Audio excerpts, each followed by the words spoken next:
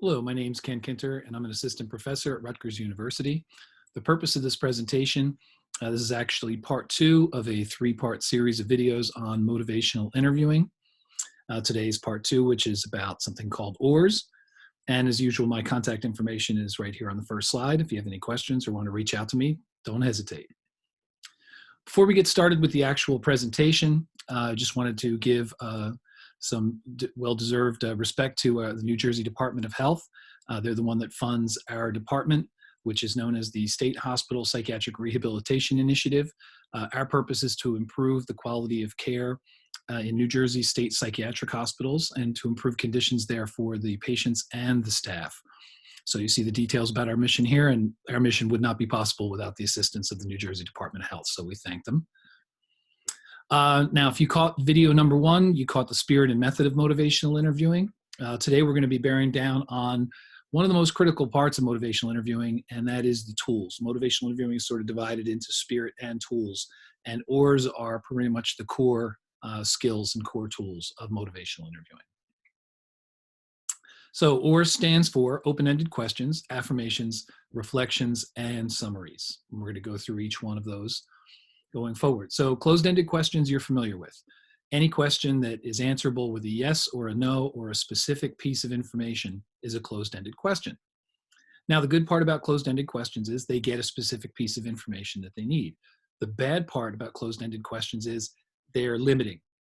I'll give you an example. Where I used to work, we used to do this substance abuse assessment, and we used to ask people a series of yes or no questions. So for example, for alcohol, are you currently drinking alcohol? Yes, no.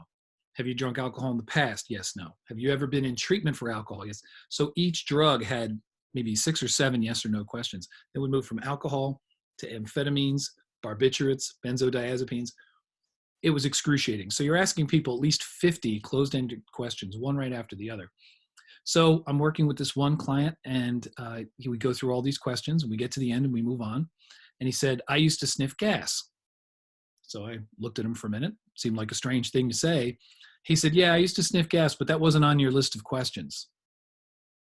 And it was then that I realized that my list of questions was pretty terrible.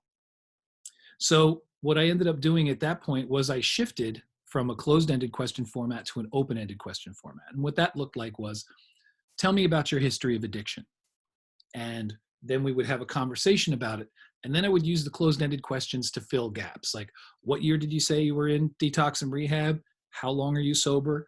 Those were the closed-ended questions, but the bulk of it was just this open-ended. So tell me about your history of alcohol use, or tell me about your history of drug use, or tell me about your history of addiction. And then we would fill in those pieces. So that's the benefit of the open-ended question. It leaves it open for you to get more than just that specific piece that you asked for. And that specific piece might be really, really important. So just by means of a quick test on this, so let's answer whether these are open or closed-ended questions. So what would you like from treatment? And how you tell whether it's open or closed is, could you answer it with a yes or a no, or a very short specific piece of information? So this is an open-ended question. Was your family religious? Can we answer that with a yes or a no? We can, so that means it's closed. What do you like about drinking? Open-ended. If you were to quit, how would you do it? Also open-ended. Is this an open-ended question?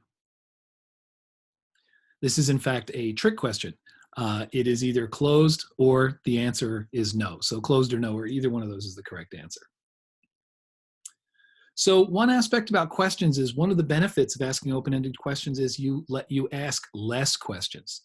So my 50 question addiction assessment turned into less than 10. One open-ended question and then little closed-ended questions just to get the pieces. So the next part of this is probably the most difficult part about learning OARS, and it is reflection. So let's talk about the reason for reflection. The reason for reflection is that very often the meaning of communication gets lost in translation. So here we have two people. We have a speaker and we have a listener. So we have the speaker who has this meaning that they're trying to get across through words. The listener hears those words, and then there's the meaning, and then hopefully that communication has been accurate. But you see these 3 red numbers here. This is where there are built-in problems in communication. So let's look at them one at a time. So number one right here is with the speaker. And this happens when the speaker knows what they want to say, but the words just don't come out right. This happens to me every day, by the way. So you know what you want to say, the words come out, and then you go, ugh, that wasn't it, that wasn't right. Can I have a do-over, please? So that's place number one. Place number two is when the listener doesn't hear the words accurately. So my favorite example of this is if you've ever done the telephone exercise where you whisper something to somebody once and then they whisper it to somebody else and it goes all the way through a room. By the time it gets to the end, the meaning has been completely changed because it's just a compilation of people not hearing what was said properly. So that's a bunch of these number two errors all on top of each other. And then error number three is when the words mean something different to the listener than to the speaker. Now, I'm sure those of you who have teenagers can connect with this already because the meaning of different words has changed over time. The meaning of the word crazy has changed quite a bit. There are times where it's had a negative connotation, a positive connotation, a neutral connotation. The word lit right now is very different than it used to be. Even the word bad. There have been times where bad is bad, bad has been good, bad is back to being bad again. So the meaning changes. In fact, my favorite example, this is a true story, I borrowed from an NBA broadcast.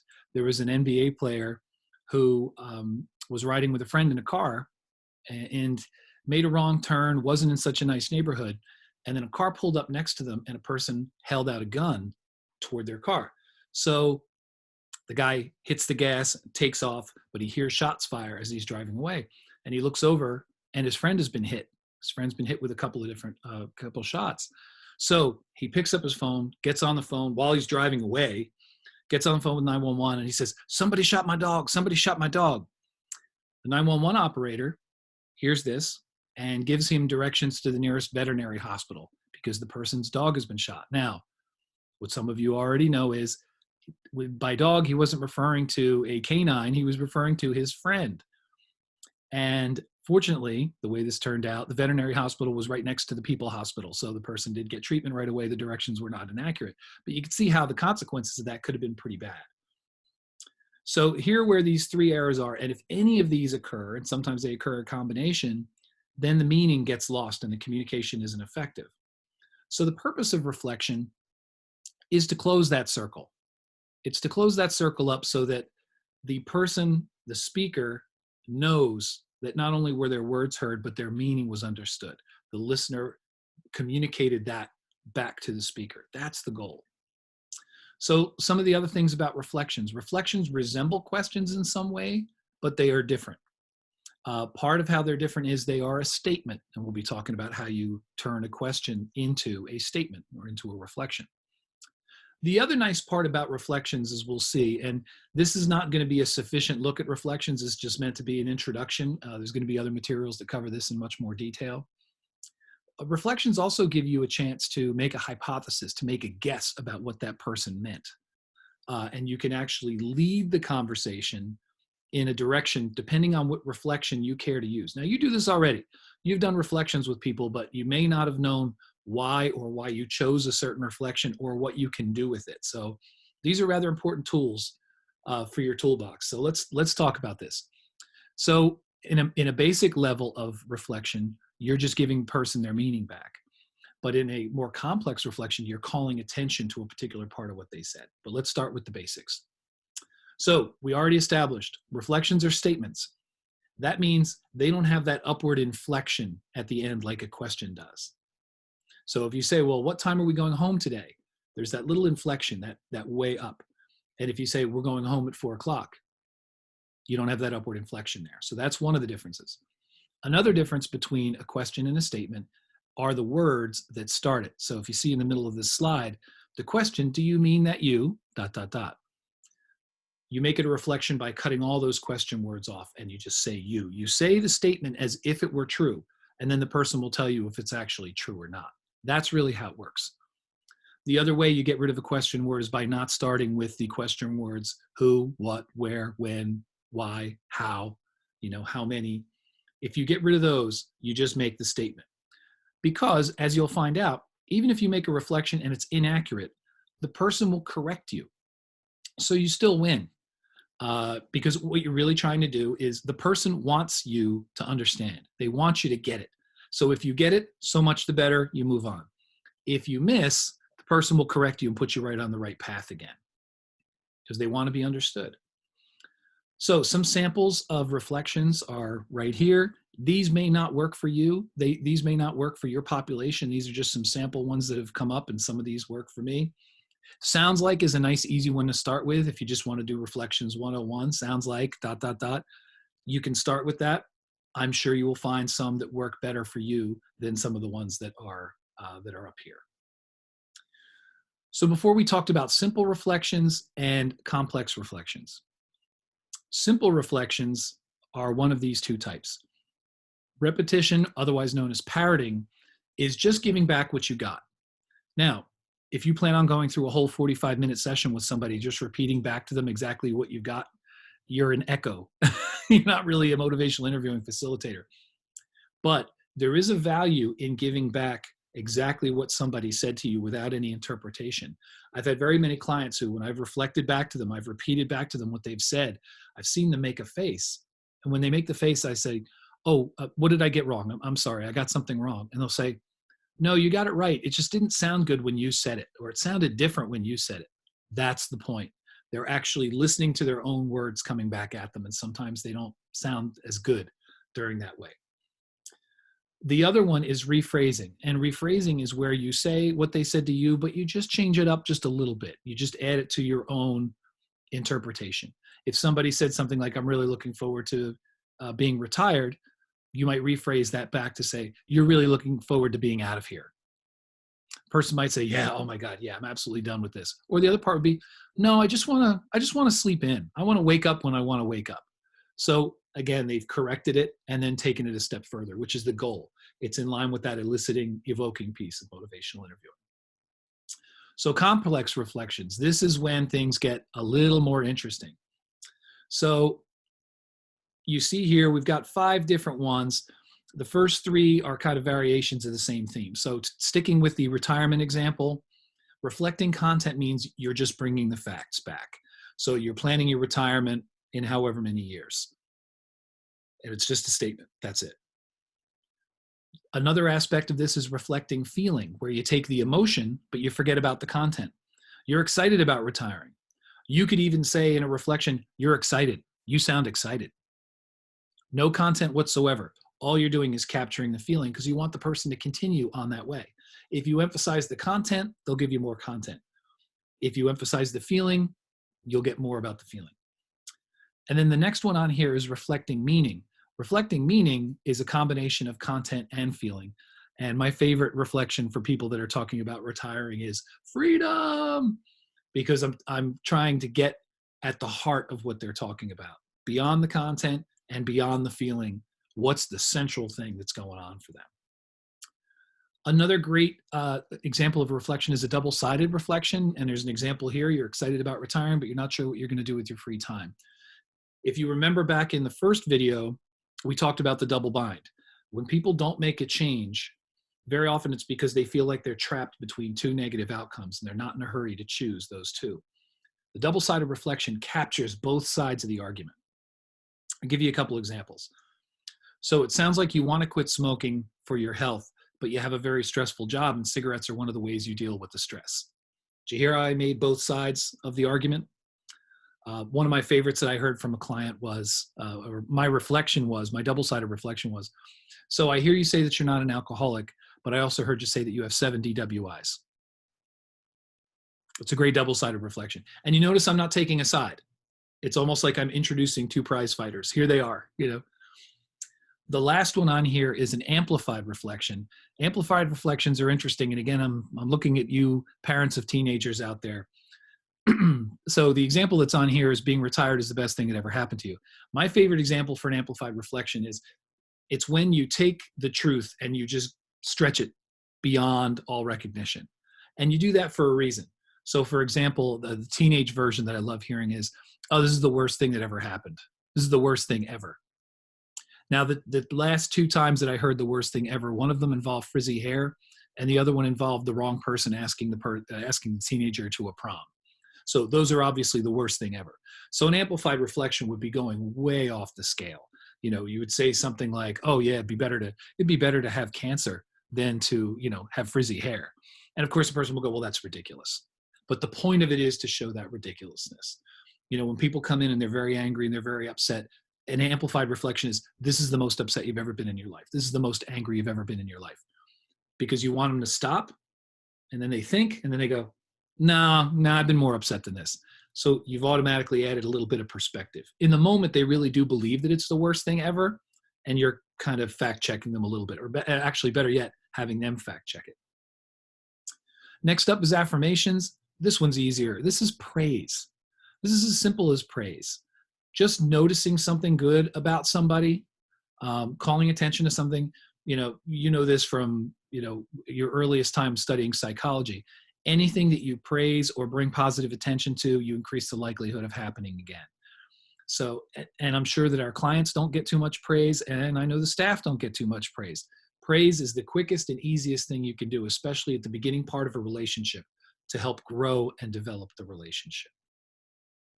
Now, the only rule about affirmations, if I have any sarcastic people out there, and I happen to be one of them, but I'm sure there are other ones as well, it can't be backhanded. The affirmation can't be backhanded. You weren't as late as you was yesterday. You don't smell as bad as you did yesterday. Those don't work. An affirmation is completely drained of all of its positive power when it's delivered in a sarcastic manner. And the last of OARS is the summary. Now, there are a couple different types of summary. There's the collecting summary, and that is where you've had a conversation with somebody and you're wrapping up. A summary is a really nice way of wrapping up a conversation. In fact, the analogy I always think about when I think of summaries is, you ever gone to a restaurant and you're with a big group of people, 8 to 10 people, and everybody orders, and then the waiter or waitress at the end recites your order back to each person perfectly without writing it down? This is a skill I don't have. I love that because it gives you a chance to change your order before it goes back to the kitchen. If you changed your mind, this is your chance. Or if there's something wrong with the order, you get to catch it before it goes back in the kitchen, et cetera, et cetera. So I'm a huge fan of this. And this is at least important in mental health settings as it is in a restaurant. So the collecting summary, the first one here, is where you give sort of a wrap up. So I want to make sure I got everything that you told me straight. Tell me if I've got this right. And then you give it all back to them. And then you can go from there. A linking summary is when you include something that a person said at another time and you bring that into the equation. When you first came to see me, you were talking about how nervous you were about going back to school. Now you're in school and doing very well, but dealing with some of the stress there. So what I've done is I've brought something in from outside to make a point. And another version is the transitional summary. The transitional summary is you want to get off the subject that you're on. If you feel like it's going down a dead end or it's off topic or they're moving in a direction that isn't really change friendly, you can sum up everything they've said. And then at the end of that summary, you can then ask a question and you can redirect. So those are the three main purposes of those summaries. And again, I'm sure you've done some version of this, but it's the consciously being able to do it using this, specifically as a tool. So now when we do this training in person, one of the things we do is we do an exercise where you actually get to test OARS out. And how this works is you have people in groups of 2. You pick something about yourself that you want to change, need to change, should change, but haven't changed yet. That means something that you're ambivalent about. And then the listener, all they do is OARS. Now, and by doing OARS, it means no advice, no judgment, no recommendations, just open-ended questions, affirmations, reflections, and then a summary at the end. In fact, something else I want to add about the summary before, finishing this exercise is, when you've gotten a summary right. When you've nailed a summary and you've summarized something somebody said and you say, did I get that right? If you have it right, they will actually physically relax and breathe out. And if there's something that was missed or something that's wrong, they'll be up on the tips of their toes waiting to jump in and correct that. So there's another piece about the summary. So the listener does this. Now, one of the ways that I do this is I'll write on a piece of paper OARS, and that's like my little cheat sheet to remind me, did I do an affirmation? Am I asking open-ended questions? Am I doing reflections? So that's like my little cheat sheet. There's also a handout that has the OARS on it. If you reach out to me, we can send that to you. and it's also in the motivational interviewing book, so that you can use that. And that's pretty helpful. So a couple other closing pieces about motivational interviewing. You've heard me say during these videos that we want to do as little advice giving as possible. AA has a great saying, the worst vice is advice. And I've also noticed that the advice I give tends to be the advice I should be taking. So I don't know if the advice has more to do with me or with them. One of the ways to eliminate this is to ask the person if they're interested in something that helped someone very similar to them. So for example, you might say, you know what, I know somebody who's going through something very similar to what you're going through now. Would you be interested in hearing about what helped them? And then you either watch for the nonverbal no, or you get the verbal no. Because the bottom line is, if they're not ready to hear it, go back to the fundamental principles of motivational interviewing. You don't have the best words. And even if the person isn't ready to hear it, even if you did have the perfect words, they're not listening. So save yourself the trouble. Save the advice for the time that that person's ready to hear it. So by going through this asking permission piece first, it's very helpful. So just in terms of the summary here, the tools of motivational interviewing: open-ended questions, affirmations, reflections, and summaries. Go easy on the advice. Motivational interviewing, as we mentioned before, is best geared toward people that are in the pre-action stages. If someone's ready to change and they're in the action stage, we don't need to have all this. We can just put the plan in place. But the issue is that 90% of interventions are geared towards someone in the action stage. Motivational interviewing is geared much more toward people that are in pre-contemplation, contemplation, and preparation, which is most of your crowd. So that helps us match our interventions to where the person is, not where they want them to be. And the last piece on this is practice, practice, practice. This is not something you can just watch a video or read a book and do. It's something that takes regular practice and regular supervision. I'm hoping you have this when you work, where you work, and I hope this is something maybe we can help you out with as well. And we're working on developing other tools that will help you develop these skills. People that are very serious about motivational interviewing have tools where they record sessions and actually keep count of each of the OARS things that they do, or they count closed-ended questions. That's how hardcore it gets. But when you do that enough times, then it becomes automatic, and you catch yourself saying, hey, I just did a reflection. I just reflected feeling. So as we mentioned before, these people aren't necessarily ready. If they're ready to change, we move right into change. If they're not ready to change, maybe we need to take some of these other steps first. So these are the sources where this material came from. I wanted to give a special shout out to Bill Miller, who made the original version of this slide deck and gifted it to all of us who attended the training. For any information about motivational interviewing, go to motivationalinterviewing.org. That's like the clearinghouse of all information and trainings and all that good stuff. And please make sure you catch the rest of the videos in this series. And once again, it was nice talking to you, and look forward to seeing you. Hopefully you'll catch some of these other videos, and reach out again if you have any questions. Take care.